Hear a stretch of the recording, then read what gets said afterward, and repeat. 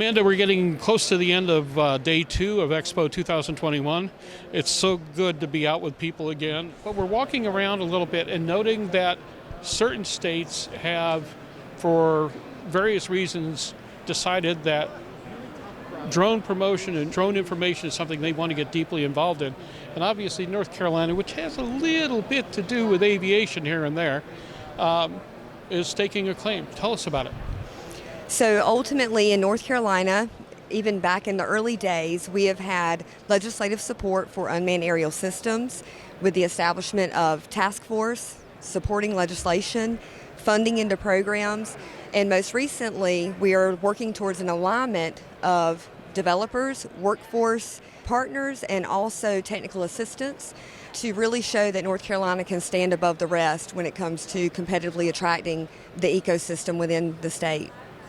What's the reason for all this? Why give drones attention now? It's the next frontier of aviation. So we know that North Carolina, first in flight, with this being what we're moving into, the advancements, and as waivers are approved and operations are conducted for various use cases, we know that this is where the industry is going, and we want to stay at the forefront of that and remain forever first in flight. How does that manifest itself in the decision-making of the state? What is it that you're doing specifically? And for those who are interested in states that are trying to stay on the leading edge of aviation, what is it that makes North Carolina unique in this area? Well, we have successes that speak for themselves with the integration pilot program, and then moving into beyond. We have 5 established drone ports in our state for medical package delivery and commercial service, and they're operating routinely. And so we know that that's revenue generation, that's creating jobs and investment for our state. And as long as we're succeeding, we want to continue to engage those and recruit them. Your state website is very good about producing news on about the aviation activities of the state, and we monitor all that because that's what we do. Thank you. But the one thing I've noted is that there's a strong educational bent in what you're doing with the state. How is that pervading the drone industry?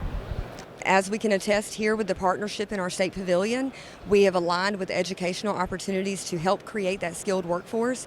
So pulling in Elizabeth City State University with their aerospace programming and drone programming, pulling in North Carolina State University with their research development expertise, even involvement with the Assure Center of Excellence. Ultimately, we bring them together to show that as we transition into this, the skilled workforce will be there. In regards to the state, I would assume that at various times pushing programs and of course investing in programs like this has to be a hard sell to folks who are still a little bit in the Stone Age. How is the message getting across?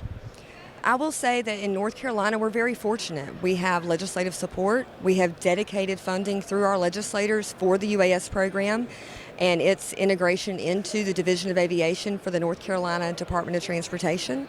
We also have areas that are excelling in its use and have developed their own programs, one of those being Aero-X in Winston-Salem. Well, I appreciate your time and talking to us about what North Carolina is doing within the drone community. Yes, sir, absolutely. I appreciate you allowing me to share. Thank you so much. Appreciate it. Yes.